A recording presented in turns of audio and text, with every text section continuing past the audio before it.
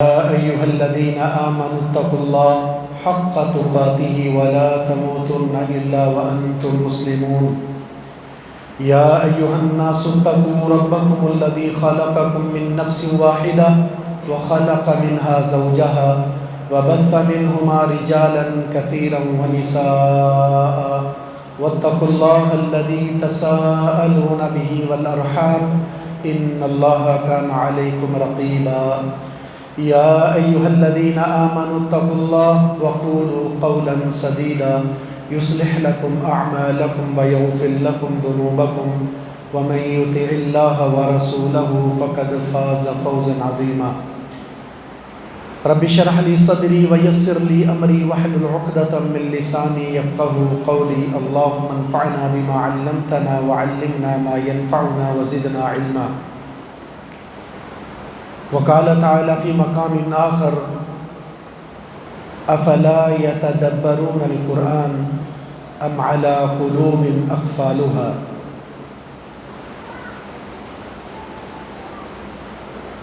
وقال النبي صلى الله عليه وسلم إن هذا القرآن حبل الله طرفه بيد الله وطرفه بأيديكم فتمسكوا به فلن تضلوا بعده ابدا او كما قال علیہ الصلاۃ والسلام۔ قرآن کریم جس کی اللہ کے توفیق سے قیام میں سماعت مکمل ہوئی، جو بڑے شرف کی بات ہے، پیارے پیغمبر علیہ الصلاۃ والسلام کی یہ سنت ہے۔ آپ بڑے شوق سے، بڑے دل جمی کے ساتھ صحابہ کرام کے قرآن کو سنا کرتے تھے، اور یہ آپ کا یہ بھی شوق تھا، بڑی محبت کے ساتھ، بڑے شوق کے ساتھ آپ قرآن سنایا بھی کرتے تھے۔ تو قرآن سننا اور سنانا رسول اللہ صلی اللہ علیہ وسلم کی سنت مبارکہ ہے، بلکہ اس سے بڑھ کر بات سنن نسائی کی حدیث ہے، ما اذن اللہ لشیء ما آدین لنبی یتغنی من القرآن حسن الصوتی۔ اللہ تعالیٰ جب نبی یا اس کا بندہ خوبصورت آواز میں قرآن کریم کی تلاوت کرتا ہے تو اللہ تعالیٰ خصوصی توجہ کے ساتھ وہ قرآن سنتا ہے۔ تو خوبصورت آواز میں جب قرآن پڑھا جا رہا ہو تو اللہ محبت کے ساتھ خصوصی توجہ کے ساتھ وہ سنتا ہے، تو یقیناً یہ اللہ کی سنت ہے، نبی کی سنت ہے۔ تو اس سنت کو ہم نے بھی اپنانا ہے کہ جب بہترین آواز میں قرآن پڑھا جا رہا ہو تو بڑے محبت کے ساتھ اس قرآن کو سنا جائے۔ تو چونکہ یہ مہینہ ہے ہی نزول قرآن کا، اور پھر آج جو رات ہے لیلۃ القدر، طاق راتوں میں سے کوئی ایک رات ہوتی ہے، تو یہ رات در حقیقت نزول قرآن کی ہے، اور آج ایک طاق رات ہے۔ اس مناسبت سے قرآن کے حوالے سے کچھ گزارشات آپ کے سامنے پیش کرنا بہتر سمجھتا ہوں۔ اللہ رب العزت نے جتنے بھی نبی بھیجے ہیں ان انبیاء کو معجزہ دیا۔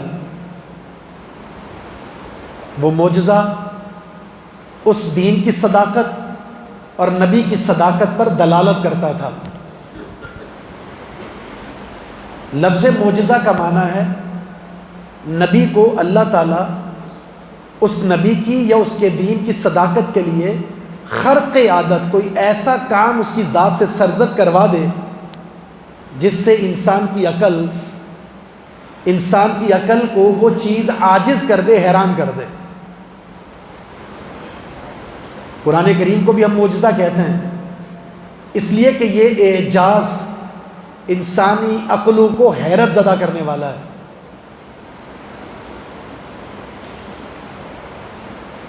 تو اللہ تعالیٰ نے جو معجزہ دیا ہے نبی کو، وہ اس وقت کی مناسبت سے دیا۔ مثلا موسیٰ علیہ السلام کے دور میں جادوگری بڑی مشہور تھی۔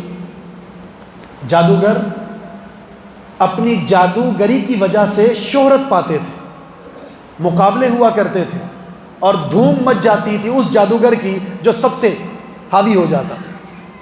سب پر غالب آ جاتا۔ تو موسیٰ علیہ السلام کو ایسے ماحول میں ایسے لوگوں کے بیچ نبی بنا کر بھیجا گیا، تو اسی سے مناسبت رکھتا ہوا ایک معجزہ دیا گیا، اور وہ معجزہ کیا تھا؟ دو اہم معجزوں کا ذکر قرآن میں ہے۔ ایک عصا، لاٹھی تھی، جب اس کو پھینکتے تھے تو وہ اژدہا بن جاتی تھی، اور دوسرا یہ ہاتھ، جب اپنے گریبان میں داخل کرتے تھے اور ان کو باہر نکالتے تھے اپنے بغل سے تو وہ چمکتا ہوا روشن ہو جاتا۔ موسیٰ علیہ السلام پر جادوگری کا الزام لگا، مقابلے کے لیے دعوت دی گئی، فرعون نے بڑے بڑے جادوگروں کو بلا لیا، مجلس سج گئی، اور پھر جادوگروں نے اپنی جادوگری پیش کی۔ پھر موسیٰ علیہ السلام نے اپنا معجزہ پیش کیا، اور وہ معجزہ جادوگروں کی عقلوں کو حیرت زدہ کر گیا۔ جو جس فیلڈ کا ماہر ہوتا ہے اسے پتہ ہوتا ہے کہ یہ جادو ہے اور یہ جادو نہیں ہے، یہ چیز وہ ہے جس فیلڈ کے ہم ہیں اور یہ چیز وہ نہیں ہے، یہ اصلی ہے اور یہ نقلی ہے، تو فوراً یہ کہہ اٹھے کہ یہ جادو نہیں ہے، یہ جادو نہیں ہے۔ جادو وہ تھا جو ہم نے کیا، اور جو انہوں نے پیش کیا ہے یہ جادو نہیں ہو سکتا۔ یہی وجہ ہے کہ وہ سارے کے سارے جادوگر اسی مجلس میں مسلمان ہو گئے۔ یہ اعجاز تھا۔ موسیٰ علیہ السلام کے بعد عیسیٰ علیہ السلام کا دور آیا، اس وقت اطباء کا چرچا تھا، طبیب، حکمتوں کا چرچا تھا، دھوم مچی ہوئی تھی طبیبوں کی۔ ایک طب کے اندر کوئی ایسی چیز پیش کرتا جو سب سے زیادہ مہارت والی ہوتی، اور اس کا چرچا اور اس کی شہرت معاشرے میں عام ہو جاتی۔ اس دور میں عیسیٰ علیہ السلام کی بعثت ہوئی۔ اللہ رب العزت نے امراض کی صحت یابی کا بہترین فارمولہ عیسیٰ علیہ السلام کو معجزے کے طور پر عطا کر دیا۔ ایسی ایسی بیماریاں جس کا اب تک علاج دریافت نہیں ہوا تھا، عیسیٰ علیہ السلام نے اس کا علاج کر دیا۔ حتیٰ کہ آخری حد یہ تھی، اللہ کے حکم سے وہ مردہ کو بھی زندہ کر دیتے تھے، جس کا ذکر قرآن میں موجود ہے، اللہ کے اذن سے، کیونکہ یہ معجزہ ہے، اور معجزے کا اختیار نبی کے پاس نہیں ہوتا جب تک اللہ نہ چاہے۔ پھر رسول اللہ صلی اللہ علیہ وسلم کا دور آیا۔ عرب معاشرہ، عرب کا کلچر، وہاں کے رہنے والے لوگ، گفتگو کے اندر فصاحت، بلاغت اور ادب، اس کی شہرت، اس کا چرچا اس معاشرے کے اندر بڑا عام تھا۔ مقابلے ہوتے تھے، شعراء کے درمیان فصاحت اور بلاغت کے مقابلے ہوا کرتے تھے، جو جیت جاتا شہرت اسی کی ہوتی۔ اس دور میں رسول اللہ صلی اللہ علیہ وسلم کی بعثت ہوئی، اور آپ پر قرآن کریم اللہ نے نازل فرمایا۔ آپ نے جب قرآن پڑھنا شروع کیا، اس جیسا کلام اس سے پہلے کسی نے نہیں سنا، اس جیسی فصاحت اور بلاغت پہلے کسی نے نہ سنی، نہ بیان کی، نہ کسی کے کلام میں جاری ہوئی۔ عرب معاشرے میں رہنے والے یہ فصحا، یہ بلغا، یہ شعراء اس کلام کو سن کر حیرت زدہ ہو گئے۔ حیرت کیا، اس قرآن کریم کی تاثیر کا عالم یہ تھا، جو سنتا وہ اس قرآن کریم کا گرویدہ ہو جاتا، پھر وہ کافر ہی کیوں نہ ہو۔ رات کو جب یہ پتہ چلتا اس گھر سے قرآن کی تلاوت کی آواز آتی ہے، چھپ کر دیواروں کے ساتھ اس قرآن کو سنا کرتے تھے یہ کفار۔ کیوں؟ یہ کلام ہی ایسا تھا، اس جیسا کلام اس سے پہلے کبھی سنا ہی نہیں۔ اب جب یہ دیکھا کہ یہ تو قرآن جو نبی پیش کر رہا ہے، لوگ اس کے دیوانے ہوتے چلے جا رہے ہیں، یہ جو سنتا ہے اس کے دل میں یہ تاثیر ایسی چھوڑتا ہے کہ یہ اس کا دیوانہ ہو جاتا ہے۔ اب اس قرآن سے، اس نبی سے لوگوں کو کیسے روکا جائے؟ الزامات کا آغاز ہوا۔ کیا کہا؟ یہ نبی تو شاعر ہے، یہ نبی تو کاہن ہے، یہ نبی تو مجنون ہے، یہ نبی تو مسحور ہے۔ یہ نبی کسی سے قرآن جو کہتا ہے کہ یہ کلام اللہ ہے سیکھ کر آتا ہے اور آ کر یہ کہہ دیتا ہے کہ یہ اللہ کی وحی ہے۔ یہ الزامات شروع ہو گئے۔ اللہ تعالیٰ نے قرآن کریم میں 4 طرح کا چیلنج کیا ہے ایسے لوگوں کو۔ اگر یہ نبی دیوانہ ہے، کاہن ہے، شاعر ہے، ساحر ہے، مسحور ہے، کسی سے سیکھ کر ایسا کلام لاتا ہے تو چیلنج، پہلا چیلنج، قل لئن اجتمعت الانس والجن الا یأتوا بمثل هذا القرآن لا یأتون بمثله ولو کان بعض لبعض ظہیرا۔ اے پیغمبر ان سے کہہ دیجئے جنوں سے بھی، انسانوں سے بھی، سب مل جاؤ، ایک دوسرے کے معاون بن جاؤ، مددگار بن جاؤ، ناصر بن جاؤ، اس قرآن جیسا قرآن لا کر دکھا دو۔ اللہ فرماتا ہے لا یأتون بمثلہ، سب مل جائیں اس جیسا کلام نہیں لا سکتے۔ یہ تو بہت بڑا چیلنج تھا، جواب نہیں آیا تو اللہ نے اس کو تھوڑا ہلکا کر دیا، بلکہ بہت ہلکا کر دیا۔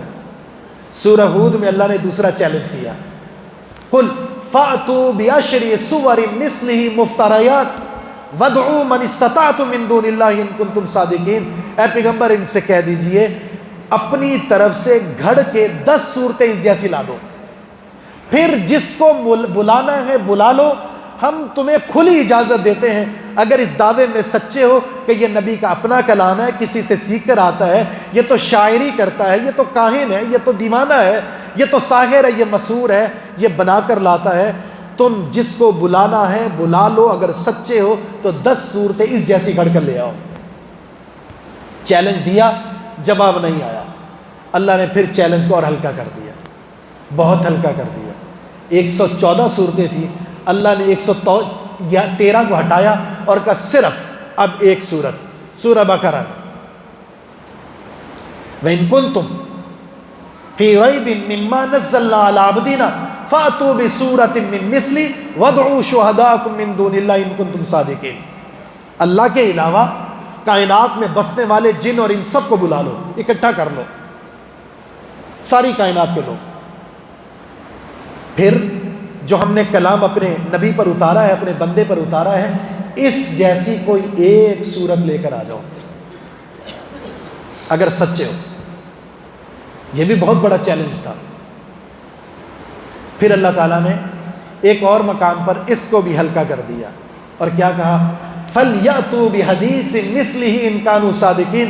اگر سچے ہو، پورا قرآن تو دور کی بات، 10 صورتیں بھی دور کی بات، ایک صورت بھی دور کی بات، قرآن کریم کے پورے کلام میں سے ایک جملہ، ایک آیت، ایک کلام اس جیسا پیش کر کے دکھا دو، صرف ایک آیت، ایک بات۔ صرف اس قرآن کے الفاظ ہی معجزہ نہیں ہے، اس قرآن کا مضمون بھی معجزہ ہے، اس قرآن کا واقعہ بھی معجزہ ہے، اس میں موجود قصص، احکامات، وہ بھی اپنی حیثیت ایک معجزے کی رکھتی ہے۔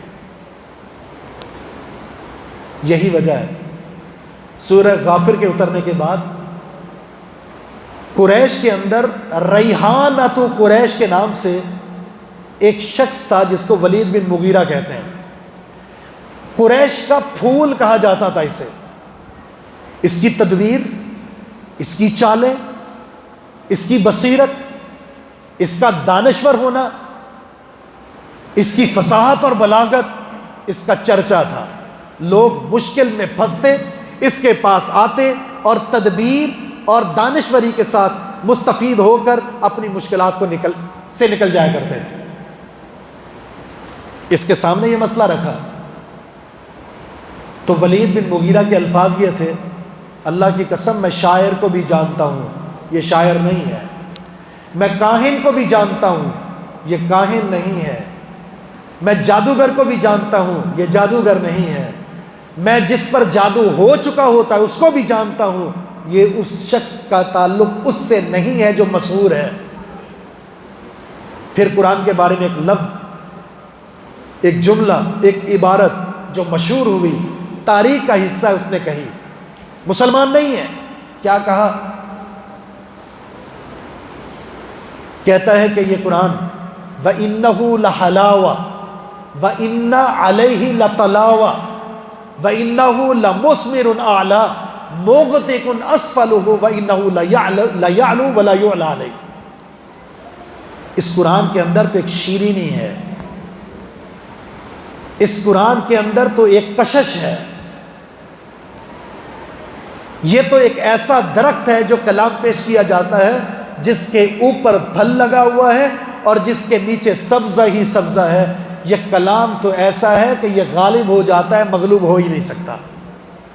یہ اس کافر کے الفاظ ہیں قرآن کے بارے میں۔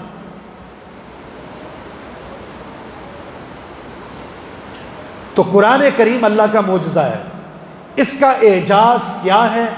چند ایک صورتیں آپ کے سامنے رکھتا ہوں، اور اس کے بعد ایک سوال ہوگا اور اس سوال پر ہم اپنا احتساب کریں گے۔ ایک تو قرآن کا اعجاز یہ ہے، اس سے پہلے جتنے معجزے اللہ نے انبیاء کو دیے تھے وہ وقتی تھے، ایک وقت کے لیے تھے، ختم ہو گئے۔ کسی نے وہ معجزہ دیکھا اور کسی نے نہیں دیکھا، کسی نے وہ معجزہ سنا اور کسی نے نہیں سنا۔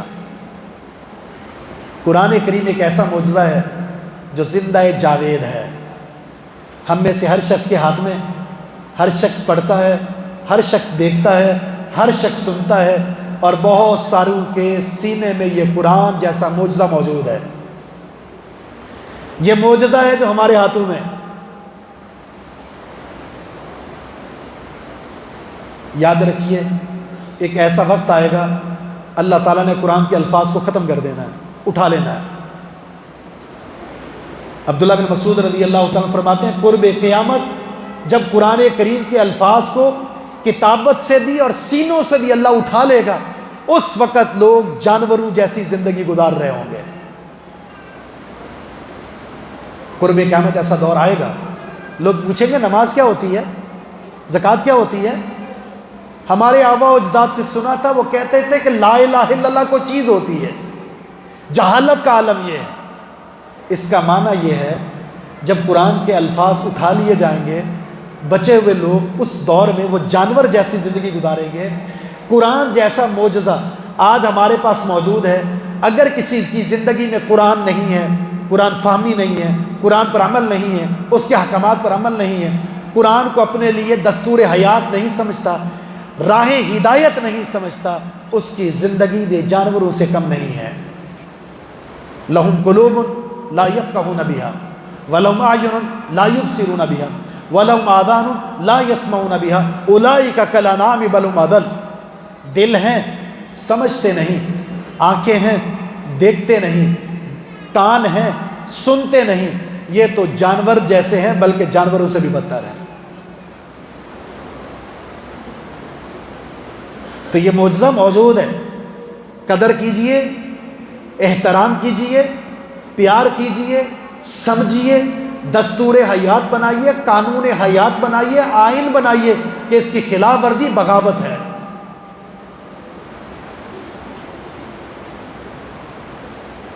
عجیب بات ہے، اور وہ عجیب بات یہ ہے جو مجھے اور آپ کو جھنجھوڑتی ہے۔ ہم میں سے اگر کوئی شخص قرآن کریم کو زمین پر رکھ دے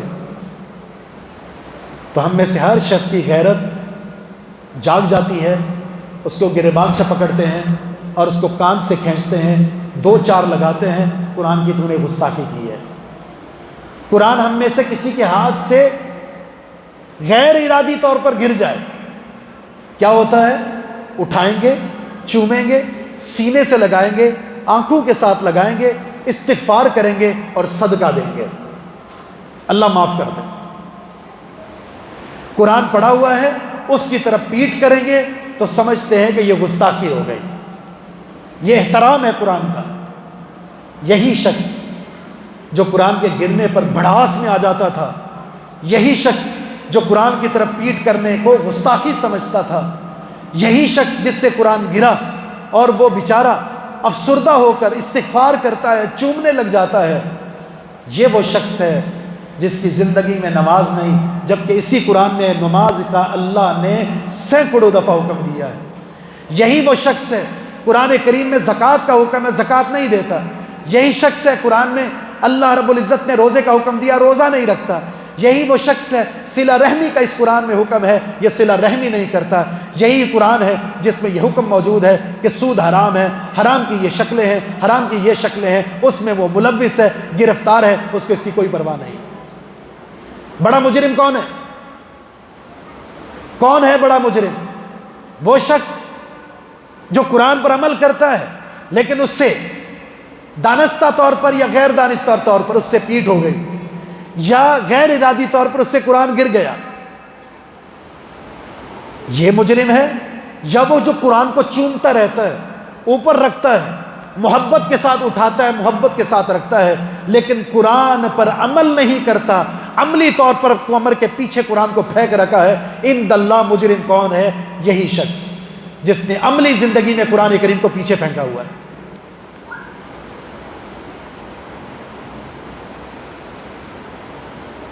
تو یہ معجزہ موجود ہے۔ یہاں پر ایک اور المیہ ہے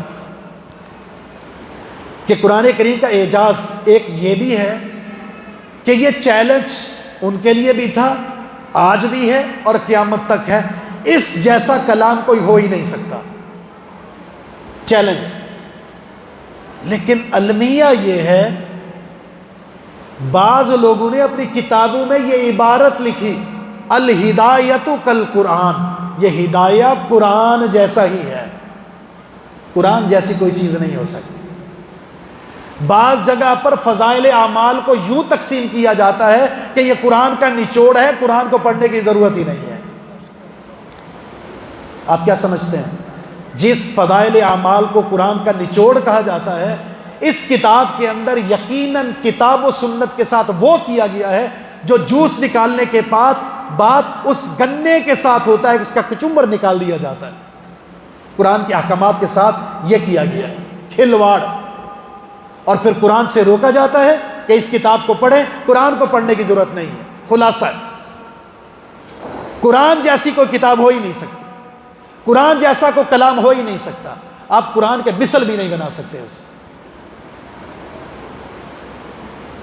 رسول اللہ صلی اللہ علیہ وسلم کا فرمان اپنے مضمون میں، اپنے معانی میں قرآن جیسا ہے، لیکن الفاظ میں قرآن جیسا نہیں ہے۔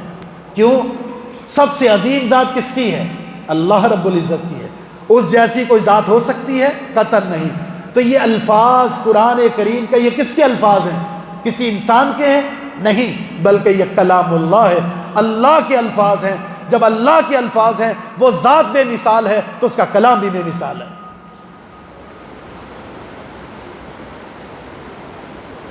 یہ اعجاز ہے اس کا۔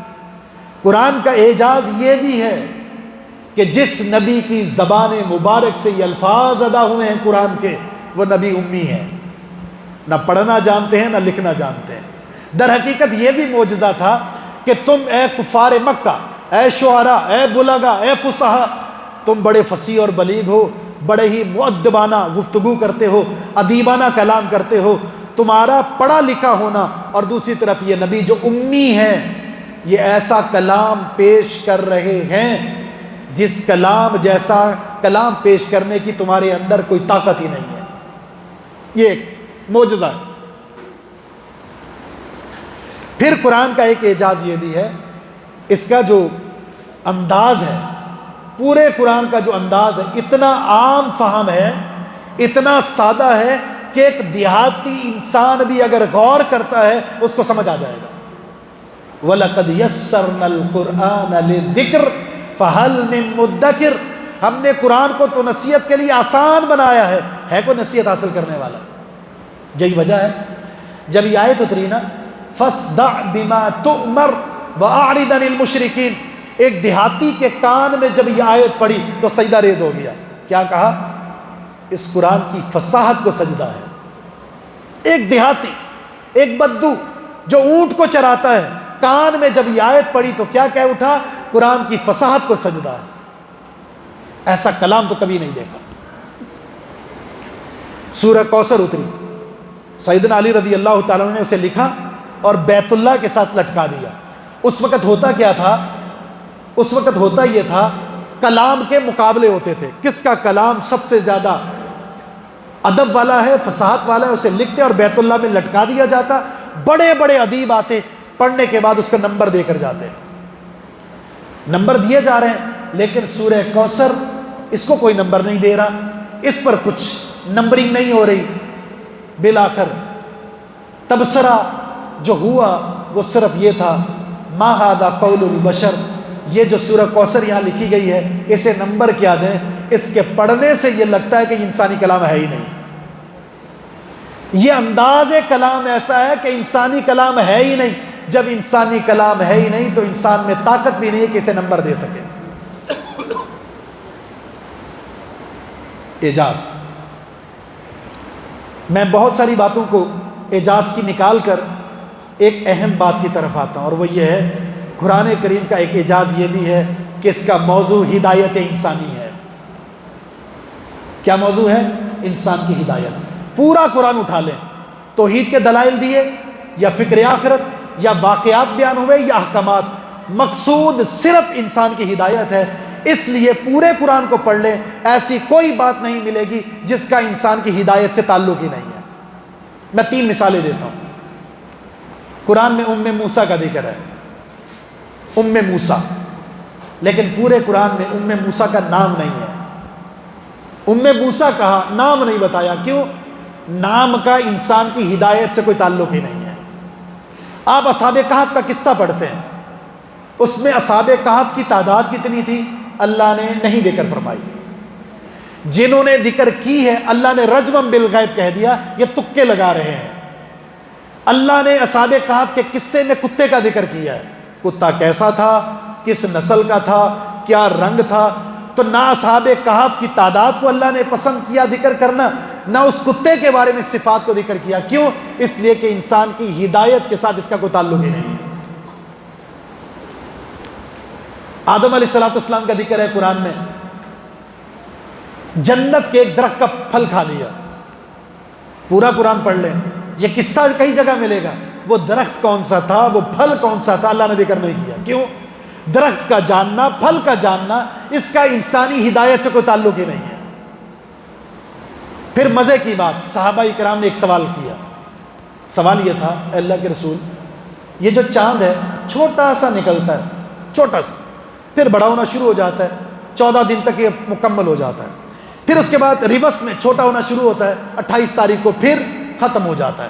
کبھی مشرق سے نکل رہا ہے، کبھی مغرب سے نکل رہا ہے. تو اس کا چھوٹا ہونا، بڑا ہونا، اس میں کیا فوائد ہیں؟ یہ سوال اتنا فضول تھا، اتنا لایانی تھا، اتنا بے مقصد تھا. دیہاتیوں کی طرف سے آیا. رسول اللہ صلی اللہ علیہ وسلم نے اس سوال کو سنا. اللہ نے قرآن میں اس سوال کا ذکر ہی نہیں کیا، سوال کو چینج کر دیا، کیونکہ اس سوال کا انسانی ہدایت سے کوئی تعلق ہی نہیں ہے. اللہ نے سوال دوسرا بنایا اور سوال بنا کر اس کا جواب دیا. سوال کیا بنایا؟ یسألونک عن الاہلہ، اے پیغمبر یہ آپ سے چاند کے طلوع کے بارے میں سوال کرتے ہیں. وہ ذکر نہیں کیا چھوٹا چھوٹا چھوٹا ہوتا ہوا بڑا ہو جاتا ہے.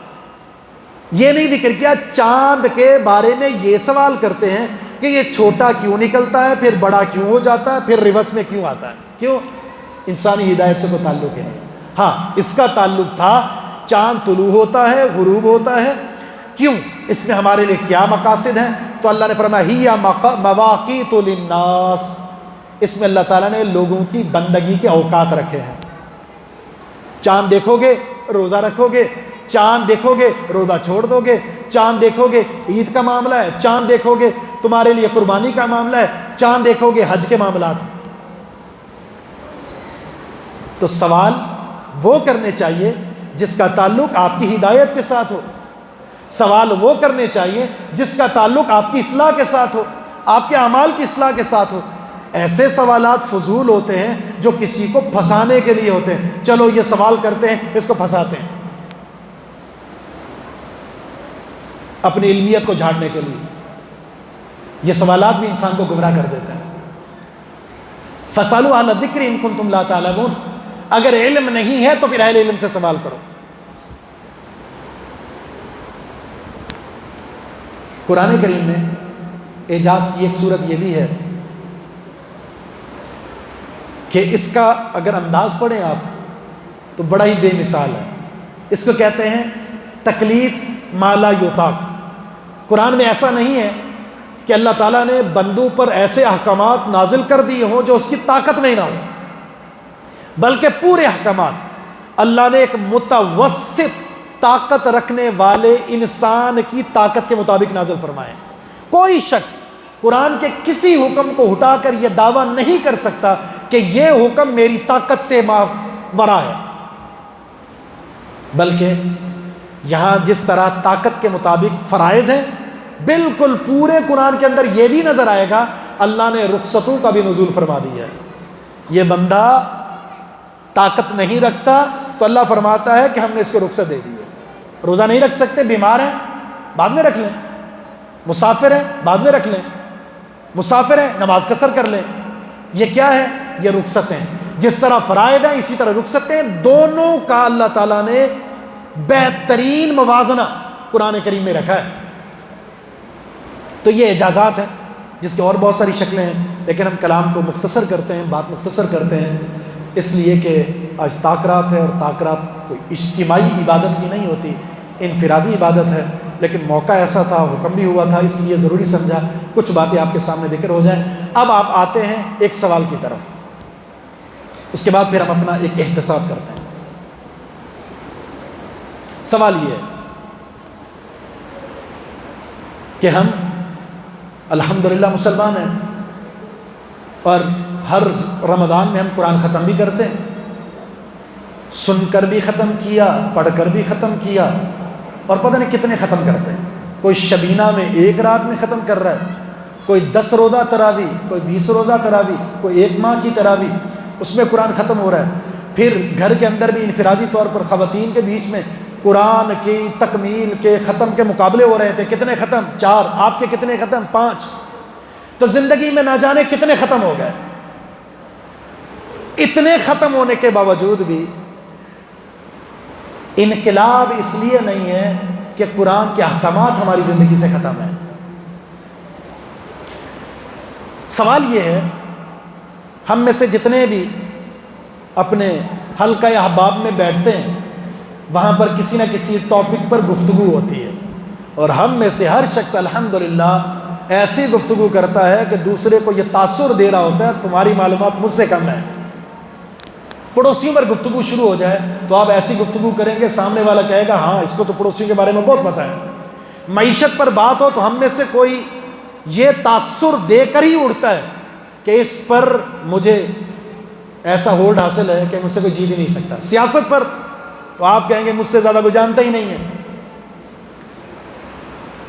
الغرض ہر موضوع پر ایسی گفتگو کرنے پر طاقت حاصل ہے کہ ہم 1 گھنٹے اس پر گفتگو کر سکتے ہیں۔ المیہ یہ ہے، ہم میں سے اگر کسی کو جس نے نہ جانے کتنے قرآن ختم کر رکھے ہیں، اگر قرآن کریم کی ایک چھوٹی سی سورت دے دی جائے اور اس سے کہا جائے اس کا لفظی ترجمہ کریں اور اس کا شان نزول بیان کریں، اللہ نے کیا احکامات بیان کیے ہیں، یہ مکی ہے یا مدنی، مکی اور مدنی کا کیا فرق ہے، اس میں اللہ نے کس کا رد کیا ہے، اس میں ہمارے لیے کیا دروس ہیں، اس پر ذرا 20 منٹ کی گفتگو کر لیں، شاید وہ قیامت کا دن ہوگا۔ الا ماشاء اللہ۔ کیوں؟ ہر موضوع پر گفتگو کر سکتے ہیں، قرآن کے بارے میں کیوں نہیں؟ جبکہ قرآن کو اللہ نے نازل ہی ہماری ہدایت کے لیے کیا ہے۔ اگر ہم میں سے کسی کی نوکری نہ ہو اور وہ بیچارہ معیشت کے حوالے سے بڑا تنگ ہے، اس کو نوکری کی تلاش ہے، اور اس نے ایک لیٹر لکھا کمپنی کی طرف کہ مجھے نوکری چاہیے اور میرے یہ سی وی ہے، میرے یہ ڈاکومنٹس دے دیے اس نے، وہاں سے ایک لیٹر آتا ہے، اور وہ لیٹر اس زبان میں ہے جس زبان کو یہ سمجھتا نہیں ہے، اور اس کو پتہ ہے کہ امید ہے وہاں سے مجھے میری جو پریشانی کا خاتمہ ہو جائے۔ لیٹر آ گیا اور اس کو وہ سمجھ میں نہیں آ رہا، تو مجھے بتائیں اس کو کھانا ہضم ہوگا؟ 24 گھنٹے گزریں گے یا وہ رات کو سو پائے گا جب تک اس کو کسی کے سامنے رکھ کر اس کا معنی، اس کا مفہوم جان کر تسلی نہ کر لے؟ یقیناً ایسا ہے۔ تو پھر یہ قرآن تو ہمارا اطمینان ہے۔ الا بذکر اللہ تطمئن القلوب۔ اطمینان نیند کی گولی میں نہیں ہے، اطمینان اللہ کے اس کلام میں ہے۔ دل پر لگا ہوا زنگ، دل پر لگی ہوئی میل کچیل، دل کا مردہ ہو جانا، یہ کسی گولی سے ختم نہیں ہوگا، اس قرآن سے ہوگا، جب اطمینان قرآن سے ہے، جب دلوں پر لگا ہوا زنگ اس قرآن سے ختم ہوگا، جب سکون اس قرآن سے ہوگا، جب سعادت مندی اس قرآن سے ہے، جب دنیا اور آخرت میں سرخرو ہونا اس قرآن کے ساتھ ہے، تو پھر قرآن کے ساتھ یہ سلوک ہمارے معاشرے میں ہم کیوں کرتے ہیں؟ حتیٰ کہ المیہ کی بات یہ بھی ہے، بہت ساری خواتین، بہت سارے مرد ایسے ہوں گے جن کو صحیح معنوں میں قرآن پڑھنا بھی نہیں آتا، اتنا مجہول قرآن پڑھتے ہیں کہ نہ تو قرآن کے غنے کا پتہ، نہ حروف حلقی کا پتہ، نہ مخارج کا پتہ، نہ صفات کا پتہ، نہ مد کا پتہ، مجہول قرآن پڑھ رہے ہوتے ہیں۔ وہ زندگی میں کب وہ موقع آئے گا جب قرآن سے سب سے زیادہ محبت ہوگی کہ بہترین طریقے سے قرآن میں پڑھوں، کیونکہ بہترین طریقے سے پڑھے جانے والے قرآن کو اللہ محبت سے سنتا ہے۔ قرآن فہمی ہماری زندگی میں کب آئے گی؟ اللہ نے 2 آیات میں جھنجھوڑا ہے، افلا یتدبرون القرآن ام علی قلوب اقفالها، یہ لوگ قرآن پر تدبر نہیں کرتے، کیوں نہیں کرتے؟ کیا ان کے دلوں پر تالا لگ چکا ہے؟ اور تالا یا تو کفار کے دلوں پر لگتا ہے یا مشرکین کے دلوں پر۔ کیا یہ مشرک ہیں؟ کیا یہ کافر ہیں؟ قرآن پر غور کیوں نہیں کرتے؟ ایک اور جگہ پر تو عجیب بات کر دی اللہ نے، افلا یتدبرون القرآن ولو کان من عند غیر اللہ لوجدوا فیہ اختلافا کثیرا، کیا یہ قرآن کسی اور کی طرف سے ہے؟ یہ غور کیوں نہیں کرتے؟ یہ قرآن غیر اللہ کی طرف سے ہے، اگر ہوتا تو اختلاف ہوتا، اس میں تو کوئی اختلاف بھی نہیں ہے اور ہے بھی اللہ کا کلام، پھر اس کو سمجھتے کیوں نہیں ہے؟ پھر تدبر کیوں نہیں کرتے؟ غور و فکر کیوں نہیں کرتے؟ صرف پڑھنا کافی نہیں ہے، پڑھنا کافی نہیں ہے، سمجھنا ضروری ہے۔ عزم کر لیجئے اس قرآن کو سمجھنے کا۔ یہ جو آیت ہے نا، الم یأن للذین آمنوا ان تخشع قلوبهم لذکر اللہ وما نزل من الحق، کیا اہل ایمان پر ابھی وقت نہیں آیا؟ ابھی وقت نہیں آیا کہ ان کے دل قرآن کے لیے نرم ہو جائیں، اللہ کے ذکر کے لیے نرم ہو جائیں، حق کو قبول کرنے کے لیے نرم ہو جائیں؟ صحابہ پر یہ آیت اتری، فرماتے ہیں مسلمان ہوئے ابھی صرف 4 سال ہوئے تھے۔ کتنے؟ 4 سال۔ 4 سال ہوئے تھے، اس آیت میں اللہ نے ہمیں جھنجھوڑ دیا۔ کتنا وقت چاہیے تمہیں اس قرآن پر عمل کے لیے، قرآن کو سمجھنے کے لیے، ہدایت کو قبول کرنے کے لیے؟ کتنا وقت چاہیے؟ کیا ابھی وقت نہیں آیا؟ ابھی قرآن مکمل بھی نہیں ہوتا، اللہ نے سرزنش کر دی۔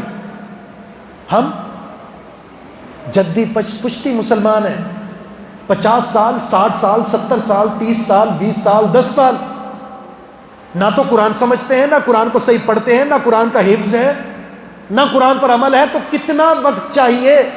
یہ سوال ہے، یہ سرزنش ہے اس آیت میں۔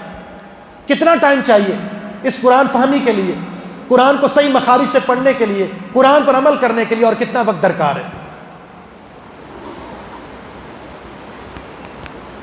آخری بات جو کہ پھر میں المیہ کے طور پر کہوں گا، قرآن کریم کے نزول کے 2 فوائد تھے،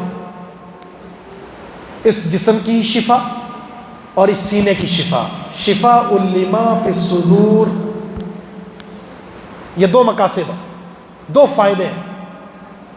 سب سے اول مقصد اس قرآن کے نزول کا اس سینے کے اندر موجود شر کو ختم کر کے خیر کو پیدا کرنا تھا، اور دوسرا اس کا یہ فائدہ کہ اس قرآن سے اللہ تعالیٰ نے اس جسم کی شفا بھی عطا فرما دی ہے۔ لیکن ہمارے دور میں، ہمارے معاشرے میں، ہم اپنی سوسائٹی میں قرآن کریم کا استعمال صرف جسم کے لیے کرتے ہیں، روح کے لیے نہیں کرتے۔ کوئی فوت ہو رہا ہے، قرآن شروع کر دیں۔ کوئی فوت ہو گیا ہے، ایک حافظ صاحب قبر کے اس طرف بیٹھا ہوا ہے، دوسرا اس طرف بیٹھا ہوا ہے، قرآن پڑھ رہے ہیں۔ کیوں؟ فرشتے آئیں گے، بخشوانا ہے اس کو۔ قرآن کی ختم کی مجلسیں لگ رہی ہیں، قرآن خوانی ہو رہی ہے۔ کیوں؟ ایصال ثواب۔ دکان کھولی ہے، قرآن۔ گھر بنایا ہے، قرآن۔ فیکٹری ہے، قرآن۔ بچی کی شادی ہے تو قرآن، قرآن کی تلاوت۔ یہ کیا ہے؟ ذاتی مقاصد، ذاتی مقاصد کے لیے استعمال ہے قرآن کا۔ یا پھر کسی نے تعویذ بنایا، گلے میں لٹکایا، یا ران کے ساتھ باندھا، یا بازو کے ساتھ باندھ لیا، یا لوہے قرآنی اکٹھے کیے دکان میں لٹکا دیے کہ اب تو گھاک آئیں گے بہت زیادہ، یا آپ نے خوبصورت سینری کے اندر قرآن کریم کی آیات لکھوائی اور شو پیس کے طور پر گھر کی دیوار پر لٹکا دیا بس، یا بہترین غلاف کے اندر سمیٹ کر قرآن کو گھر میں رکھا کہ ہمارے گھر میں قرآن ہے۔ پڑھے گا کون؟ سمجھے گا کون؟ عمل کون کرے گا؟ نسل کو عقیدہ اس قرآن میں موجود ہے کون بتائے گا؟ نماز کا ذکر اس قرآن میں موجود ہے کون بتائے گا؟ رزق حلال کا ذکر قرآن میں موجود ہے کون بتائے گا؟ یہ چیز نہیں ہے، یہ ہے المیہ۔ جنوں میں جب قرآن کریم کی تلاوت کی گئی، قرآن سنا، ایک دفعہ سنا، صرف ایک دفعہ، قرآن نے وہ الفاظ نقل کیے ہیں، انا سمعنا قرآنا عجبا یہدی الی الرشد فآمنا بہ ولن نشرک بربنا احدا۔ ایک دفعہ قرآن سن کر کہا عجیب قرآن سنا ہے ہم نے، انا سمعنا قرآنا عجبا، عجیب قرآن سنا ہے، یہ ہدایت دیتا ہے سیدھے راستے کی طرف، اور ہم اپنے رب پر ایمان لا چکے، آج کے بعد ہم اپنے رب کے ساتھ کسی کو شریک نہیں ٹھہرائیں گے۔ زندگی میں انقلاب آ گیا صرف ایک دفعہ قرآن سن کر۔ نبی الاسلام کے ساتھ معاہدہ ہو رہا ہے، جبیر بن مطعم آئے ہوئے ہیں، مغرب کا وقت ہوا، اللہ کے رسول نے فرمایا اب بات ختم، پہلے نماز ہوگی، قریب میں نماز ہوئی، جبیر بن مطعم ابھی کافر تھے، سورہ طور کی تلاوت ہوئی، جبیر بن مطعم فرماتے ہیں قاد قلبی ان یطیرا، سورہ طور کی تلاوت ہو رہی تھی، میرے کان پر پڑ رہی تھی، ابھی یہ غیر مسلم ہے، کہتے ہیں اللہ کی قسم یوں لگتا تھا کہ میرا دل پھٹ جائے گا، میرا دل پھٹ جائے گا۔ وَإِذَا سَمِعُوا مَا أُنزِلَ إِلَى الرَّسُولِ تَرَىٰ أَعْيُنَهُمْ تَفِيضُ مِنَ الدَّمْعِ، جب قرآن سنتے تو سننے کے بعد حق کی معرفت ہو جاتی، آنکھوں سے آنسو جاری اور حق کو قبول کر لیتے تھے۔ انقلاب ایسی تاثیر ہے، لیکن ہماری زندگی میں انقلاب نہیں ہے۔ قرآن پڑھا جا رہا ہے، ہم سو رہے ہیں، قیام میں کھڑے میں الجھن ہو رہی ہے، وجہ کیا ہے؟ پتہ ہی نہیں ہے کہ قاری صاحب قرآن میں کیا بیان کر رہے ہیں۔ آج کسی نے ایک ویڈیو شیئر کی جس میں اذا الشمس کورت، سورہ تکویر کی تلاوت ہو رہی ہے، قاری صاحب، مصری قاری صاحب بہترین انداز سے قرآن کریم کی اس سورت کو پڑھ رہے ہیں جس میں قیامت کے ہولناک مناظر کا ذکر ہے۔ نبی علیہ السلام نے فرمایا کسی نے قیامت کو اپنی آنکھوں سے دیکھنا ہے ان سورتوں کو پڑھ لے، اور وہ سورت کو تلاوت کر رہا ہے، ایک سانس میں کئی آیات پڑھ لی، لوگ سارے کے سارے ہنسنے لگ جاتے ہیں، جبکہ یہ رونے کا مقام ہے۔ یہ ہے قرآن کے عدم فہم کا نتیجہ کہ جس جگہ آپ نے رونا ہے وہاں ہنس رہے ہیں، جہاں آپ نے ہنسنا ہے وہاں آپ کو پتہ ہی نہیں ہے، جہاں آپ نے اللہ سے کچھ مانگنا ہے آپ کو پتہ ہی نہیں، جہاں سے اللہ سے آپ نے کسی چیز کا استعادہ حاصل کرنا ہے آپ کو پتہ ہی نہیں، اس لیے کہ قرآن فہمی ہے، قرآن فہمی نہیں۔ تو قرآن سے محبت، قرآن کا یہ سب سے بڑا حق ہے کہ جس طرح ہم قرآن کو شوق سے پڑھتے ہیں، بالکل اسی شوق کے ساتھ قرآن کریم کا فہم بھی حاصل کریں۔ ہمیں پتہ ہونا چاہیے قرآن میں کیا بیان ہو رہا ہے، قرآن کے کیا احکامات ہیں، اس پر عمل بھی کریں، اس کو سمجھیں بھی۔